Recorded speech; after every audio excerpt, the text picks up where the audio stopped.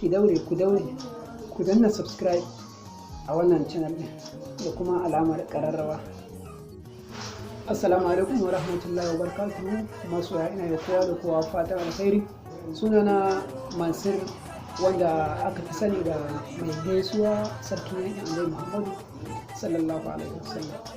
Kafin jawabin yayi nisa, ka daure ku danna subscribe a wannan channel ɗin da kuma alamar ƙararrawa.